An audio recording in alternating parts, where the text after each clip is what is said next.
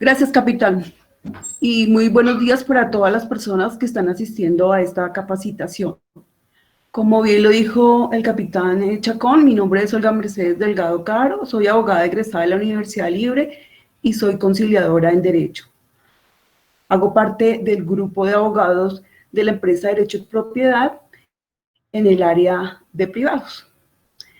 Como también ya lo dijo el doctor Chacón, vamos a hablar hoy de la ley 1996, que fue sancionada el 26 de agosto de 2019. Es decir, es una ley muy nueva, no tiene ni siquiera un año de haber sido sancionada. Entonces, la ley 1996 del 2019 elimina el proceso de interdicción y establece un sistema de apoyo para las personas con discapacidad. Ahora voy a desactivar la cámara y vamos a seguir con las imágenes. Hay personas que no son abogadas. Vamos a explicar un poquito de qué se trataba el proceso de interdicción, el cual terminó la ley 1996 de 2019. Entonces, el proceso de interdicción estaba consagrado en el artículo 586 del Código General del Proceso y se entendía como la limitación o pérdida de capacidad jurídica de una persona con discapacidad mental. Esto implicaba para la persona interdicta no poder tomar decisiones sobre asuntos relativos a su vida personal y patrimonial como lo hace cualquier otra persona. El estado de interdicción era decretado por un juez de familia en un proceso que podía ser promovido por una o por varias personas que muchas veces no tenían ni que demostrar algún interés frente a esta declaratoria de interdicción. Con la demanda se debía presentar un certificado médico psiquiátrico que corroborara la incapacidad mental absoluta de la persona con discapacidad, además de los tratamientos a los que debía someterse para superar este estado de incapacidad mental, y un concepto del médico psiquiátrica respecto de las posibilidades que tenía esta persona de superar su estado de discapacidad, de superarlo o no superarlo, porque también eso decía el certificado médico psiquiátrico. No obstante, dichas valoraciones podían ser cuestionadas por los jueces, situación que implicaba realizar nuevas valoraciones, pero en este caso lo hacía medicina legal. Pues medicina legal, siendo una entidad del Estado que tiene tantas funciones, pues se demoraba mucho, y eso traía como perjuicio los intereses de esta persona que quería o que se buscaba fuera declarada interdicta. De cualquier forma, la declaratoria de interdicción no necesariamente garantizaba el cumplimiento de su fin último, siendo esta la protección de los derechos de la persona con discapacidad. Y es que la designación del curador implicaba adjudicar grandes responsabilidades cuyo cumplimiento partía de la sola confianza que había sobre esa persona que era nombrada como curador. La mayoría de las veces estos curadores se designaban con personas que eran cercanas a la persona con discapacidad mental o algún familiar, pero que no tenía de pronto la idoneidad para administrar, por ejemplo, los bienes de esta persona interdicta, y lo que lograban al final era muchas veces menoscabar el patrimonio, por ejemplo, de las personas con discapacidad, y además ellos no tenían ninguna injerencia sobre las decisiones que tomaba la persona interdicta. Sigue imagen, por favor.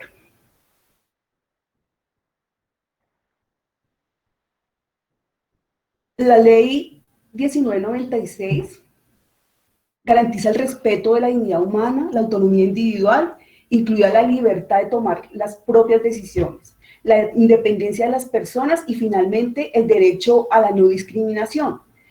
Estos principios que acabo de mencionar y derechos se encuentran establecidos en la Convención de las Naciones Unidas sobre los derechos de las personas con discapacidad.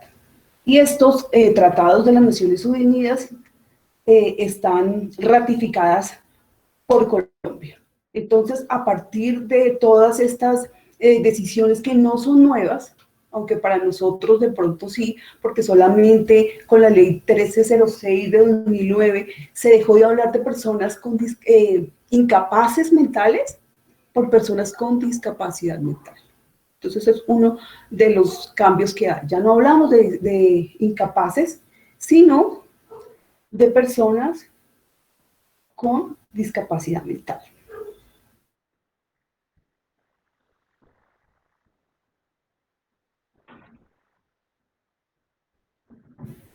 Bueno, siguiente imagen, por favor.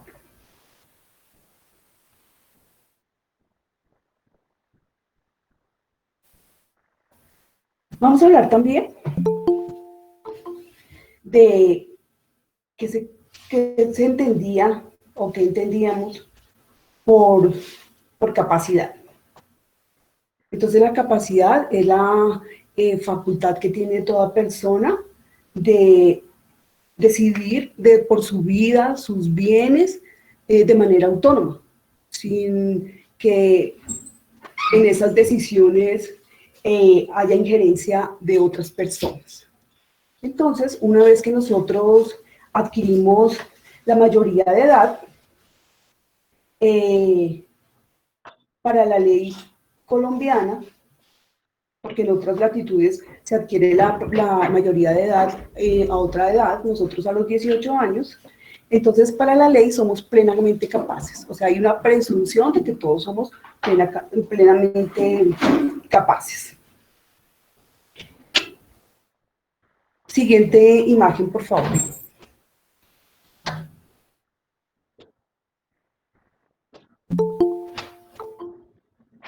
Bueno, ¿qué se considera discapacidad?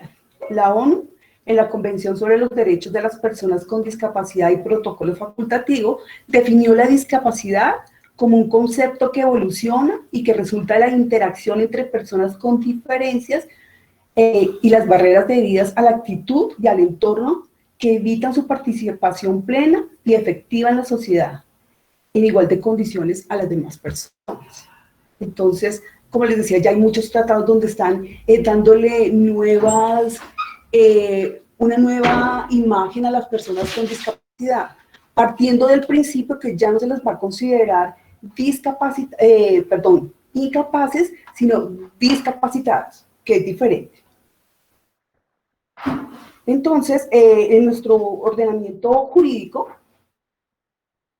teníamos que la capacidad legal o la capacidad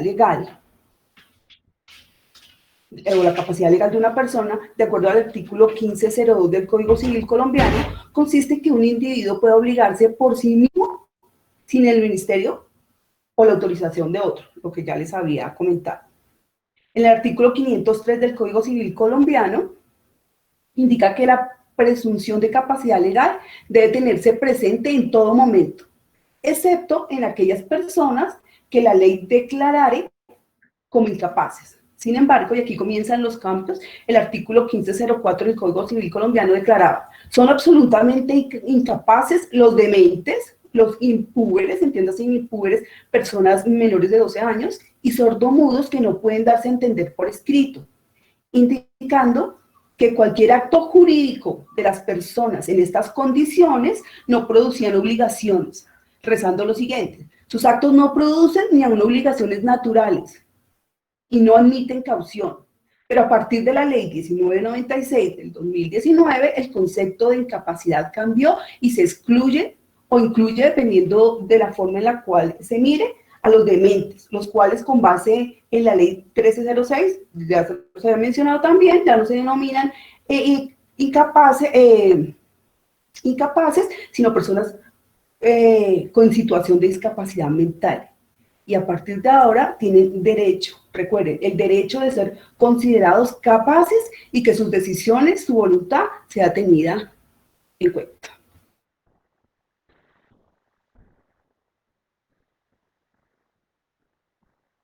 Bueno,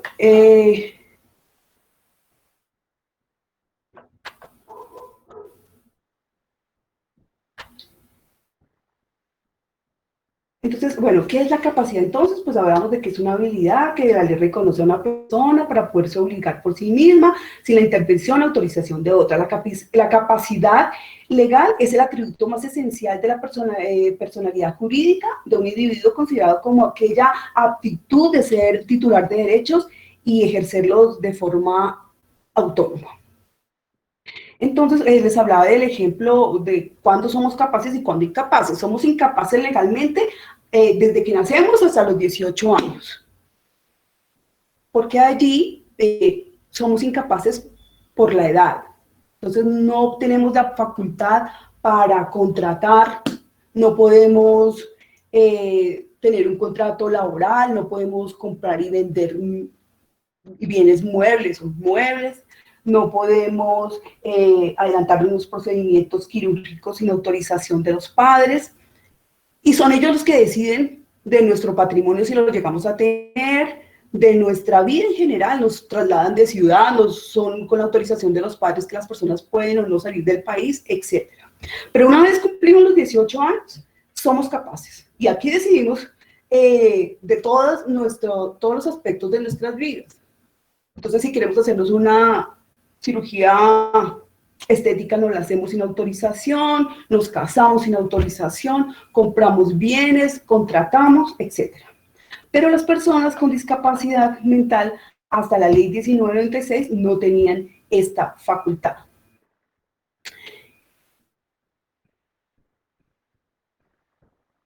Entonces, ese es el principal cambio que trae la ley 1996.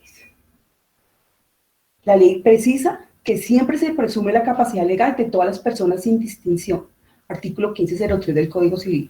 Allí no hay novedad alguna, pero sí de que ahora no se va a restringir la capacidad legal de las personas con discapacidad mental. Recuerden, siguiente imagen, por favor.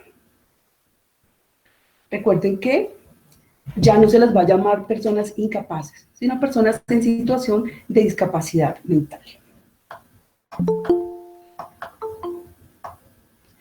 Cuando los actos jurídicos de aquellas personas, otrora incapaces, hoy plenamente capaces, se ven afectados de nulidad. La ley parte de la presunción que admite prueba en contrario, las personas con discapacidad mental o en situación de discapacidad mental pueden tomar sus decisiones, expresar su voluntad y preferencias, obligarse y cumplir con obligaciones de manera autónoma siempre y cuando hagan uso de los apoyos que establece la ley. Estos los apoyos también es algo nuevo que trae la ley.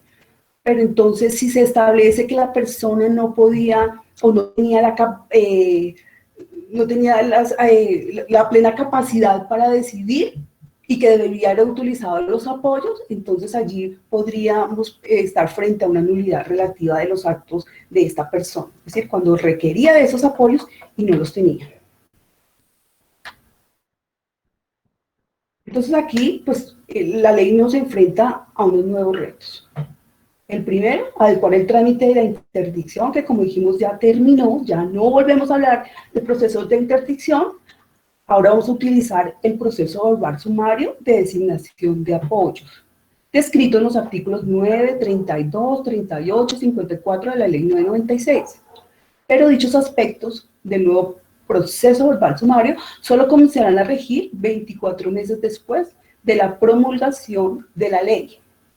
Es decir, que antes de agosto de 2021 no podremos, o no está implementado ese nuevo proceso que se llevará por la vía del proceso verbal sumario de designación de apoyos. Entonces, es importante ir teniendo en claro los temas. Entonces, primero, no hay incapacidad mental, ya no hay incapacidad mental, y por ende ya no hay procesos de interdicción. De aquí en adelante vamos a hablar de procesos verbales sumarios de designación de apoyos. Entonces, es como lo más importante que debemos tener en cuenta de aquí en adelante. Alguien se preguntará, y bueno, y esta ley, esta nueva ley, afecta a las interdicciones que ya fueron ordenadas por un juez. La norma indica que dentro de los 36 meses después de la entrada de vigencia de la ley, deben comparecer la persona bajo interdicción y su curador para establecer la necesidad de la adjudicación de apoyos que establece la ley. En este mismo plazo, las personas bajo medida de interdicción o inhabilidad podrán solicitar la revisión de su situación jurídica directamente al juez de familia que alentó el proceso de interdicción. Entonces, el juez revisará, de las sentencias anteriores a 26 de agosto de 2019 seguirán vigentes. La ley dice o establece que después de 36 meses de estar implementada la ley 1996, el juez de oficio llamará a todas las personas que tienen una sentencia de interdicción y revisará esas sentencias.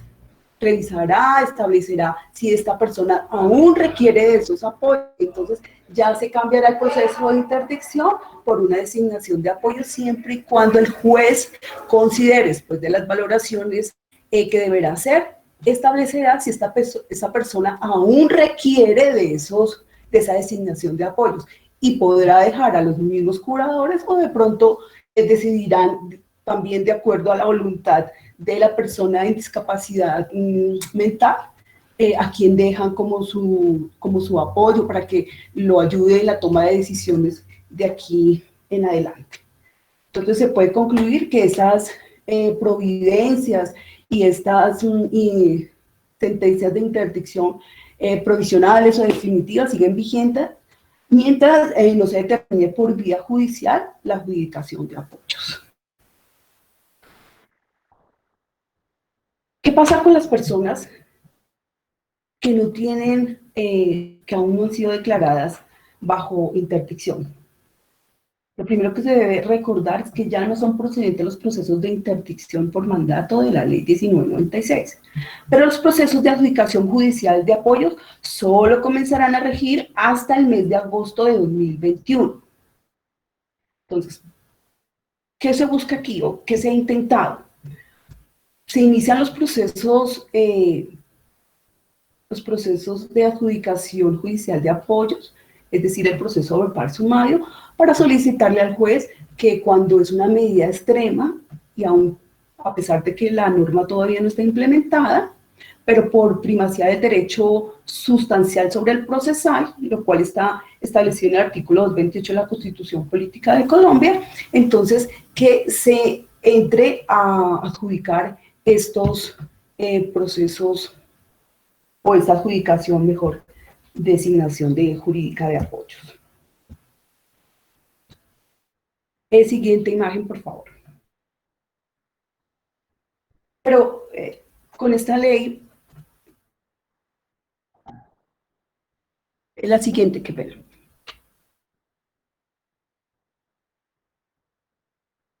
Entonces, ¿qué mecanismos tienen las personas incapaces? Incapaces no. Recordemos que ya no hay incapaces, sino personas con discapacidad mental. Entonces, ¿qué mecanismos tienen estas personas para ejercer su capacidad legal? Entonces, la ley establece, en primer lugar, una celebración de acuerdo de apoyos, los acuerdos de apoyos permiten que una persona mayor de edad con discapacidad mental formalice la designación de la persona, las personas, porque aquí puede ser una persona o varias personas naturales o jurídicas que le asistirán en la toma de decisiones respecto a uno, a varios o a todos sus actos jurídicos. Entonces, es la persona la que decide de común acuerdo hacer una celebración de acuerdo de apoyos. Otro mecanismo es la solicitud al juez de designación judicial de apoyos. La primera es un acuerdo de apoyos, esta es una designación judicial de apoyos. ¿A través de qué? Pues a través de la jurisdicción voluntaria y del proceso verbal sumario. Entonces se solicita al señor juez de familia que se designen estos apoyos que le colaborarán a la persona con discapacidad mental en la toma de sus decisiones. La otra es la suscripción de una directiva anticipada, mediante la cual se establece la expresión de voluntad y las preferencias en decisiones relativas a uno o a varios actos jurídicos con antelación a los mismos, siendo este tema supremamente interesante por cuanto, por ejemplo, la persona puede ser diagnosticada con alguna enfermedad incapacitante y determina desde el momento mismo en que es diagnosticada cómo se van a gobernar sus actos. Entonces esta persona que es diagnosticada con una enfermedad que a la postre va a viciar su capacidad mental, entonces previendo esa situación decide no pedirle al señor juez, o no, aquí lo hace de manera voluntaria, discúlpeme. Aquí ella decide quién va a ser su apoyo en la toma de decisiones cuando llegue ese momento difícil donde ella no pueda tomar las decisiones. Entonces establece si va a ser para todos los actos jurídicos de su vida o para unos actos determinados que estos apoyos van a ayudarle en la toma de esas decisiones. Esta directiva anticipada queda insertada en la correspondiente historia clínica de la persona. Entonces, como es su voluntad, ella va a una notaría, deja su voluntad y esta se deja insertada en su historia clínica. Las decisiones pueden versar sobre asuntos de salud, pueden versar sobre asuntos financieros, personales, entre otros actos encaminados a tener efectos jurídicos. Entonces, pues es la forma en que las personas pueden hacer uso de esta herramienta que trae la ley 996 respecto a la suscripción de los apoyos. Siguiente imagen. ¿Ante quiénes suscribimos estos acuerdos de apoyo? La ley establece que los acuerdos de apoyo podrán ser suscritos ante notarios y conciliadores extrajudiciales en derecho adscritos a los centros de conciliación. ¿Y qué duración tienen estos apoyos? Entonces la ley dice que ningún acuerdo de apoyo podrá ser superior a 5 años. Transcurrido este lapso, se revisan esos acuerdos de apoyo, se establece si la persona todavía los necesita o se dejan o pueden dejarse tal cual están, pero hay que revisarlos cada 5 años. ¿Por qué? Porque así lo dice la norma. ¿Quiénes prestan el servicio de valoración de apoyos? El servicio de valoración de apoyos podrá ser prestado por entes públicos o privados conforme a la reglamentación que expida el Gobierno Nacional, para el cual el Estado tendrá 18 meses para expedir la normativa respectiva.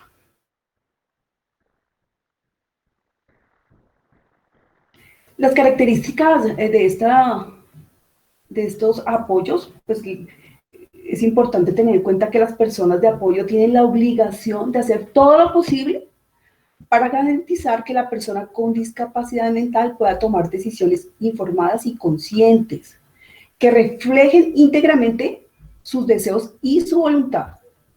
Es decir, estas personas de apoyo no pueden entrar a influenciar en la toma de decisiones a las personas a las que apoyan y deben extremar sus esfuerzos para que lo que se haga sea el reflejo de la voluntad de la persona con discapacidad. Asignar apoyos por cualquier mecanismo implica que los mismos deben ser utilizados a la hora de realizar los actos para los que fueron asignados o pena que lo actuado se dice de nulidad relativa. Si hay un acuerdo de apoyos donde se establece que esta persona podrá colaborarle a la persona discapacitada para determinados actos jurídicos, no se pueden salir de esa limitante, porque si llegase a establecerse un acto jurídico por fuera de la decisión o la voluntad de la persona con discapacidad, estos podrían estar viciados de nulidad relativa.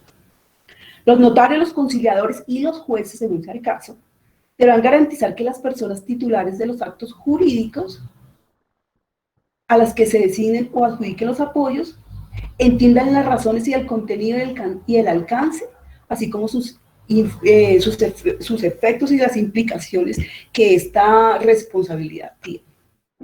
Entonces, la tarea de los notarios, los conciliadores y los jueces es muy importante, porque tendrán que valorar esas decisiones o esa designación de apoyos que se le van a asignar a la persona titular del acto jurídico.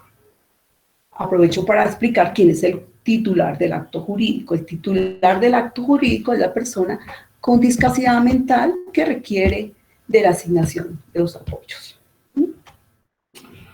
Bueno, vamos a extraer unas conclusiones respecto a esta ley que es importante tener. Yo creo que la más importante es que ya no vamos a hablar de personas incapaces mentales. En adelante vamos a hablar entonces de discapacitados o personas en situación de discapacidad mental, que la ley considera que tiene todas las capacidades para autorregularse. También, pues no, la ley pretende cambiar la forma como las personas con discapacidad pueden ejercer su capacidad legal y sus derechos, reconociendo la importancia de su voluntad en la toma de decisiones, que era algo que no se tenía en cuenta con los procesos de interdicción.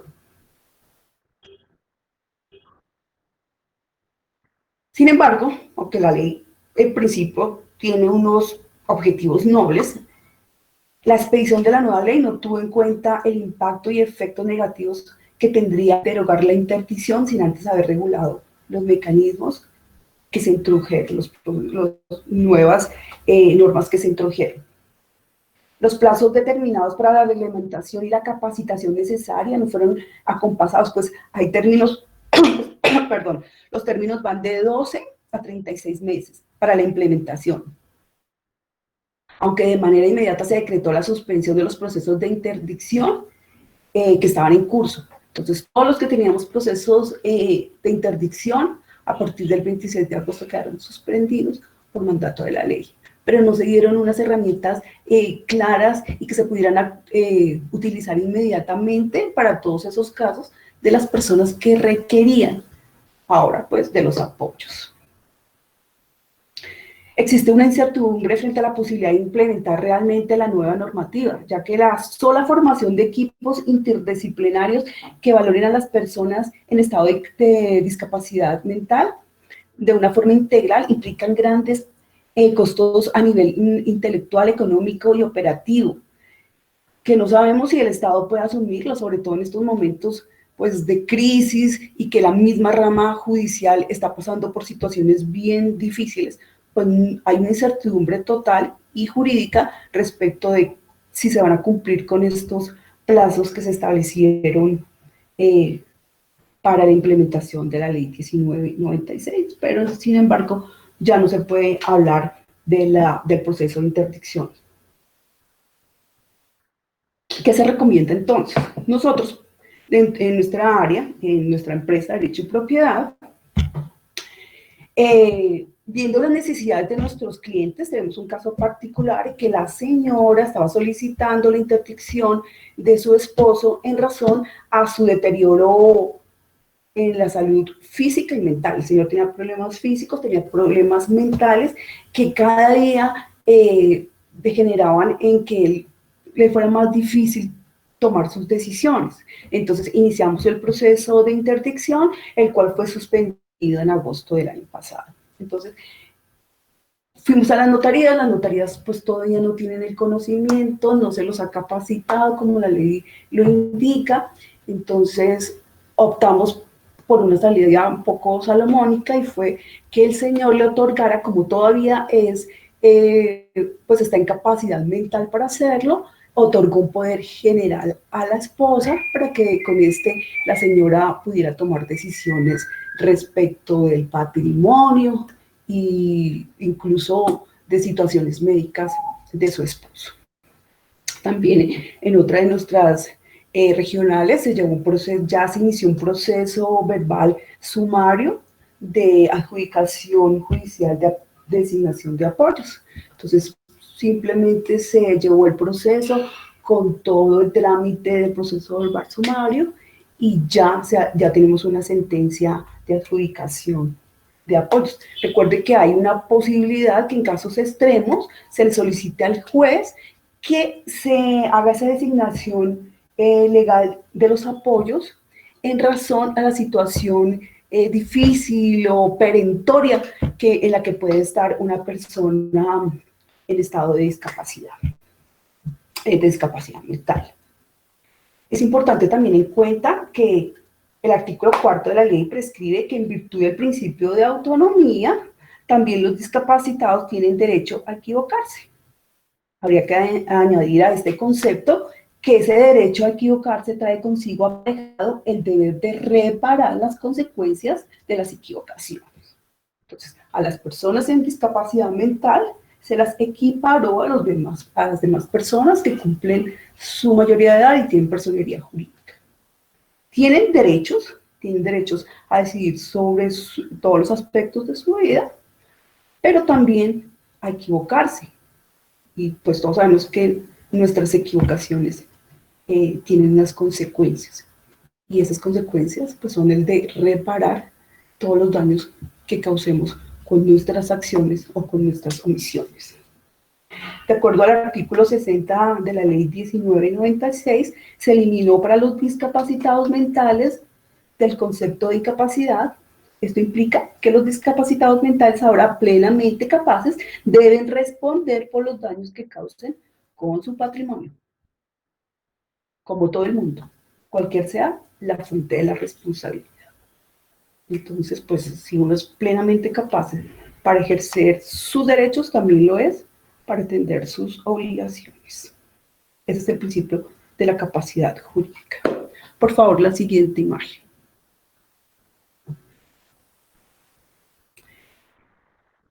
Como yo también lo he reiterado,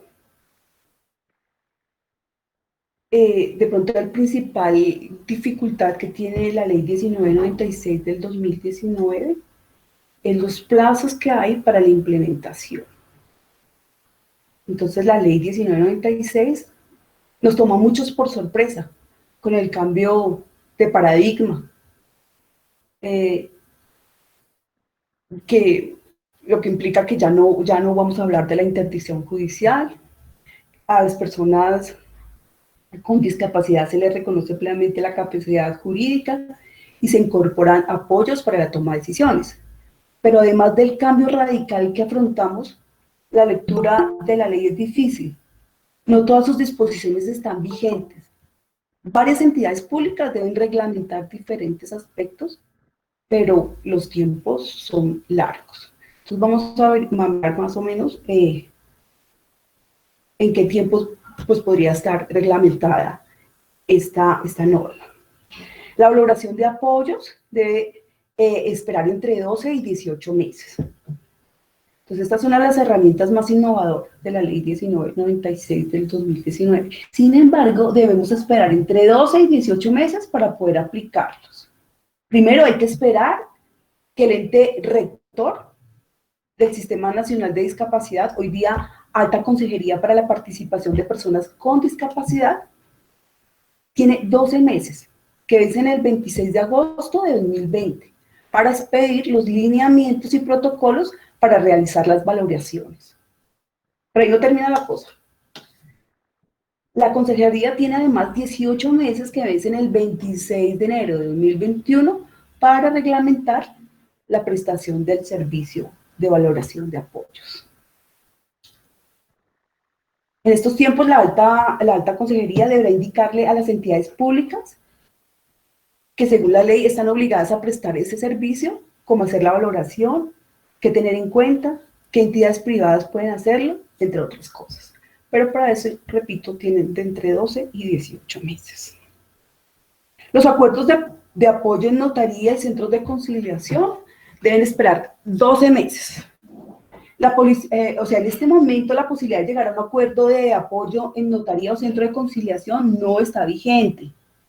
A pesar de que la ley no exige que previamente se haga una valoración de apoyos, estas entidades, o sea, las notarías y los centros de conciliación podrían estar obligados a llevar a cabo esto sin el requisito de la valoración. Sin embargo, la ley estableció que el Ministerio de Justicia debe diseñar e implementar un plan de formación, y para ello tiene 12 meses que vencen el 26 de agosto de 2020. Hasta tanto esto no suceda, Notarías y centros de conciliación deben esperar para los acuerdos de apoyo. Las directivas anticipadas, bueno, estas sí están vigentes, porque, como les explicaba antes, la directiva anticipada puede ser utilizada por personas con o sin discapacidad. Las personas pueden acudir a las notarías y centros de conciliación para manifestar su voluntad, su consentimiento, definir apoyos y demás sobre asuntos futuros relacionados con su salud, con sus finanzas o cualquier otro acto jurídico. La más famosa, consolidada y directiva anticipada en Colombia es la que se refiere a la muerte digna a través de la eutanasia activa. Esta consiste en que una persona diagnosticada con una enfermedad catastrófica que al final, por ejemplo, el Alzheimer, donde uno sabe y es consciente que esta enfermedad primero pues no tiene cura, no es reversible, que más adelante las personas pues no van a tener el pleno manejo de su capacidad mental, ¿cierto? Entonces pueden acudir a las directivas anticipadas, una persona que tenga una enfermedad, un cáncer, una enfermedad terminal, que sabe que va seguramente a terminar sus días con aparatos que de manera artificial le den vida y que no quieren exponer a su familia y a él mismo a esta situación, pues que es dolorosa para las familias. Entonces puede tomar esa decisión y no dejárselo a la familia. Entonces hace una directiva anticipada donde establezca que no quiere que su vida sea prolongada de manera artificial y que autoriza a los médicos y a las autoridades para que sea desconectado una vez esté en situaciones como las que hemos descrito. Entonces, esta es una directiva anticipada que está vigente y como ya les había dicho, no necesariamente es para las personas con discapacidad mental, sino que puede ser utilizado por cualquiera de nosotros para prever una situación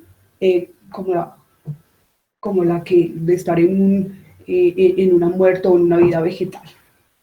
Los procesos de adjudicación judicial de apoyos deben esperar 24 meses. O sea, la posibilidad de acudir a los jueces para lograr la determinación de los apoyos por vía judicial estará suspendida por 24 meses. Es decir, que es el 26 de agosto de 2021. Antes de esta fecha no es posible acudir a este proceso, ni la persona con discapacidad directamente, ni los familiares.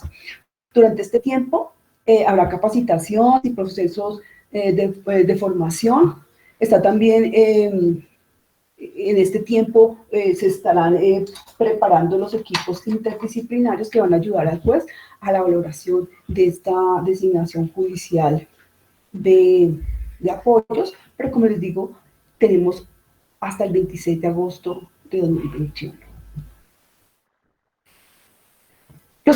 Los procesos transitorios de adjudicación judicial de apoyo están vigentes, sin embargo, estos procesos solo son posibles en los casos excepcionales en que una persona esté absolutamente imposibilitada para expresar su voluntad por cualquier medio. Este mecanismo difícilmente servirá para garantizar masivamente el derecho al toma de decisiones de apoyo y a la capacidad jurídica. Entonces es cuando estamos en momentos extraordinarios donde se requiere de esa designación de apoyos, entonces habrá que solicitarlo de manera extraordinaria al juez y él será quien, valorando la situación de cada persona, tomará la decisión de si o no hace esa designación judicial de apoyos. Ahora, el juez tiene un plazo de 5 años para revisar la interdicción vigente. A pesar de que la ley 1996 eliminó la interdicción judicial y garantiza los derechos de toma de decisiones con apoyos, dejó a las personas que fueron declaradas interdictas sometidas a esa medida. Los jueces tienen un plazo máximo de 5 años. Ustedes dirán, por los que usted dijo que a 36 años, pero tenemos 2 años para implementar la ley 1996. Y después de la implementación es cuando el juez tiene 36 meses más para llamar de oficio y revisar las sentencias de interdicción. Entonces realmente son 5 años. Los 2 años de implementación más los 3 años que tiene el juez para llamar a estas personas y revisarles en los procesos de interdicción, y es decir, si todavía requieren o no de la designación de apoyos. Pues de todas maneras, la ley no nació de un día para otro. La ley tuvo 4 años para, en la que se estableció, en la que se preparó, pero entonces pues como la crítica que se le hace a la ley es porque durante esos 4 años no se adelantaron las capacitaciones, no se prepararon los equipos interdisciplinarios, cosa que cuando la ley fuera sancionada, pues estuviera vigente y ya pudiéramos entrar plenamente a hacer uso de ella. Pero pues eso es lo que tenemos y esos son los plazos que la ley ha establecido para que se implemente plenamente esta ley 1996. Hasta aquí la charla, agradezco la atención y espero que haya sido de utilidad para todos ustedes. Muchas gracias. Doctora, muchas gracias por esta capacitación muy importante para todos porque actualizamos la parte normativa respecto a la interdicción. Hoy día pues ya vamos a hablar no de incapaces, sino de discapaces. Doctora, hay unas intervenciones, la doctora Diorly Mosquera tiene una observación. Doctora Diorly, buenos días, por favor, puede activar su micrófono y hacer su intervención. Buenos días, capitán. Muchas gracias. Mi intervención más que todo va porque me asalta la duda de cómo opera el principio de la cosa juzgada frente a los procesos que antes se llevaban como interdicción y que ahora cambian con la nueva ley. Porque no sé si escuché mal, se dicta es un fallo que no es definitivo, sino que está como objeto a una revisión para valorar nuevamente a la persona o para verificar si se cumple con esos requisitos. Entonces, en eso va mi duda respecto al cambio legislativo y cómo opera la cosa juzgada respecto a este cambio de los procesos que ya se han definido anteriormente con la normatividad antigua. Sí, doctora.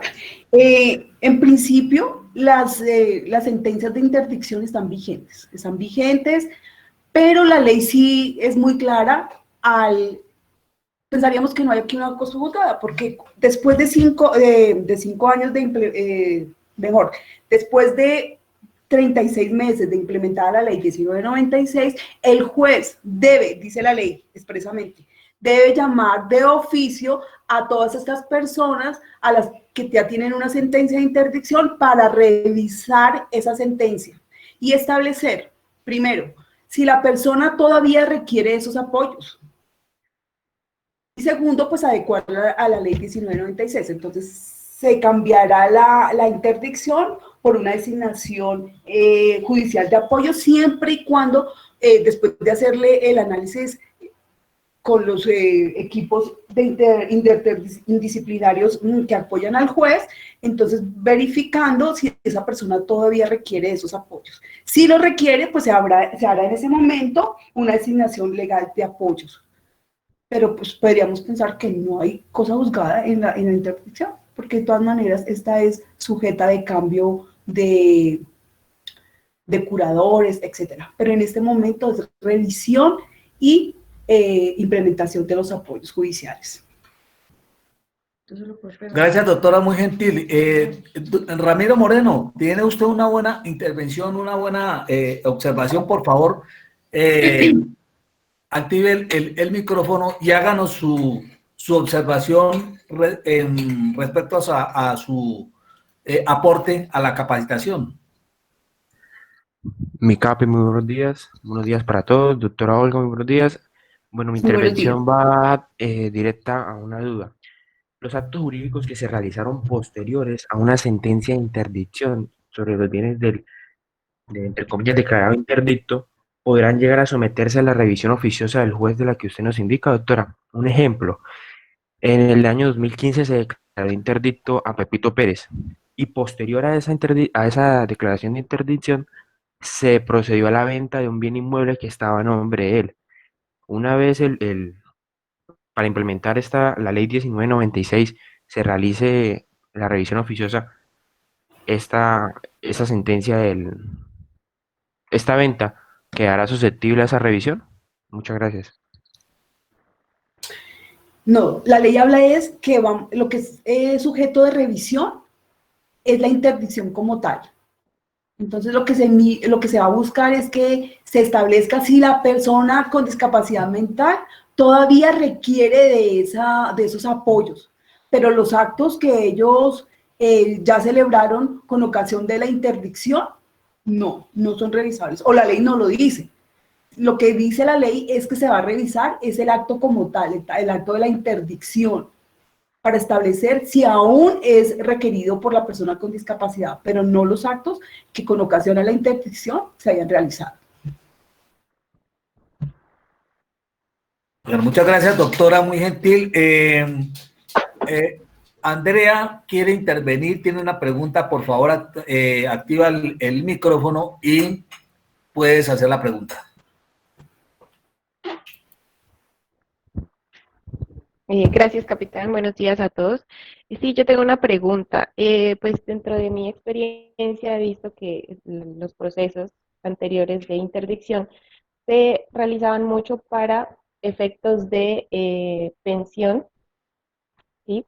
En caso de invalidez, pues porque las personas eran declaradas, perdón, eran, pues, se pensionaban por tener más de 50% de incapacidad por algún problema mental.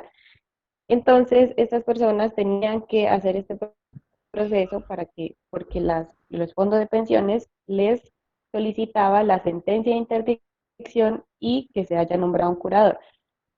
Ahora, mi pregunta es, ¿qué va a pasar con las personas que necesitan acceder a esa pensión? Pues los fondos de pensiones siguen pidiendo, en algunos casos he visto que siguen pidiendo que un curador, pero ya el proceso no existe y de hecho se suspendieron todos los procesos, lo cual eh, estoy como de acuerdo con usted que fue muy abrupto este manejo que le dieron a la ley, pero pues bueno, ya se suspendieron, entonces estas personas que van a hacer ahora si llegan a fondo de pensiones y les ponen ese inconveniente. Asumo yo que por la presunción de la ley, estas personas directamente pueden solicitar su pensión, o sea, les pueden pagar a ellos su pensión cada mes. ¿Es así? El proceso judicial que reemplazó la interdicción es la adjudicación judicial de apoyos. Mi opinión es que se debe adelantar el proceso verbal sumario para la adjudicación judicial de esos apoyos, porque ese es el proceso que está vigente. Entonces, mi opinión es que ese sería el camino a seguir, la adjudicación judicial de apoyos. Y con esa sentencia, solicitar la pensión por discapacidad mental. Ya, o sea, en este momento ya se puede iniciar ese proceso verbal sumario. No. Recuerden que tenemos unos términos, doctora, que fue la última parte de la charla, pero también hablé de que hay adjudicación extraordinaria. Entonces, si es imperativo, si es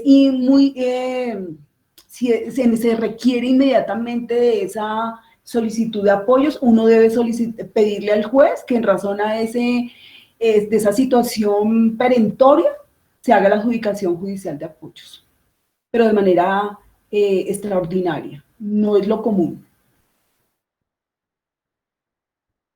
Ya, y Gracias, eso doctora. es, Sí, doctora Andrea, siga. o sea, esta extrajudicial, esta extraordinaria, me dice usted, ¿qué clase de proceso Extraordinaria es? porque, como le decía, no está implementado. Necesitamos 24 meses, hasta agosto de 2021, para la implementación de la norma, y más que de la norma, de los apoyos de los apoyos o de las personas que van a ayudar al juez a la valoración de estas personas con discapacidad mental. Pero la ley también dice que cuando es una situación urgente, uno puede solicitarle al juez, en razón a ello, que se designen los apoyos judicialmente. El ejemplo que yo les traía de una de nuestras regionales que ya adelantó un proceso de un verbal sumario con este objetivo, de que se designaran los apoyos de manera legal. Ya, listo. Gracias. Muchas gracias, doctora, por su intervención. Daniel Felipe, buenos días. Tiene una pregunta. Por favor, active el micrófono y haga la pregunta. Sí, mi capitán, buenos días a todos los presentes. Buenos Doctora, días. muchas gracias. ¿Qué sucede entonces con la ley 1306 del 5 de junio del 2009, que fue por medio de la cual que se dictaron las normas para la protección de personas con discapacidad mental y se establece la representación legal de incapaces emancipados? ¿Ya? Allí en esta ley pues también nos están mencionando cuáles son las sanciones y cuáles son las actuaciones en las cuales se pueden ver representadas estas personas o cuáles son el ejercicio de ellos, ¿ya? Tanto su representación y su administración.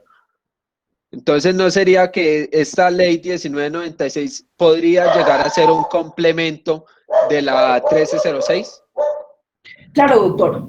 Esto es como una serie de normas que han venido desde el 2019 con la ley 1306 y en el 2013 la ley 1618, que han venido a como desde ese tiempo a darle un manejo diferente a la discapacidad, a la incapacidad mental.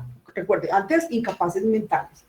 Hoy discapacitados o personas en situación de discapacidad mental. Entonces, todas estas leyes están encaminadas a darle otro manejo a las personas con discapacidad. Entonces, incluyéndolas, evitando que sean discriminadas a la hora de tener un empleo, a verlas como unas personas plenamente capaces, solo que con una discapacidad, como sería el caso de una persona que está en silla de ruedas o una persona que le hace falta algún miembro, pero que su capacidad es plena. Entonces, es una serie de normas que lo que están buscando es darle dignidad a las personas con discapacidad mental. Aló, buenos días. Sí, Yo soy Joana Salazar de Derecho y Propiedad, manejo el área de familia. También quería complementar una parte, doctor Daniel, es que la ley que usted señala, la 1306 del 2009, está más enfocada a inclusión, o sea, a que esas personas en estado de discapacidad no sean excluidos de ciertos lugares, de ciertas situaciones en el ámbito laboral, bueno, muchas situaciones. Acá la interdicción, no interdicción, sino el apoyo, va más enfocado en la parte patrimonial, en la administración de esos dineros que están tanto en cabeza del discapacitado, de las personas que tienen una limitación. Lo que pasa es que, como lo han dicho varios tratadistas, acá no queremos que esa persona con esa discapacidad quede totalmente, toda la vida, inmersa en una administración de una persona. No, acá puede que las enfermedades evolucionen, o esa situación mental, psicológica, toda esa patología que Dios pueda cambiar y le da esa potestad a ese discapacitado o a esa persona que necesita del apoyo para que se le pueda ofrecer otra clase. Ay, qué pena cuando ustedes están organizando algo acá. Se le pueda exigir, pueda dársele la opinión frente al tema de cómo administrar. O sea, tenemos que ser claros que esta ley es para la administración patrimonial. La ley 1306 es más encaminada a otras situaciones que también son incluyentes dentro de un proceso litigioso si los llegáramos a tener. Esa era la intervención que quería hacer frente a la capacitación. Gracias, doctora Joana. Muy de acuerdo con su intervención. Se hace aclaración a las dos normas, una de inclusión y otra de apoyo al discapacitado mental. Doctora Luz Angélica, buenos días. ¿Quiere hacer usted una intervención? Por favor, prenda su micrófono y escuchamos su aporte.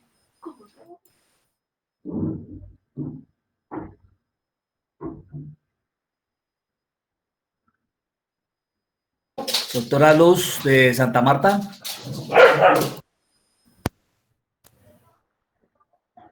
Aló, ¿me escuchan? Sí, doctora, sí se le escucha. Para todos, sí tengo una duda.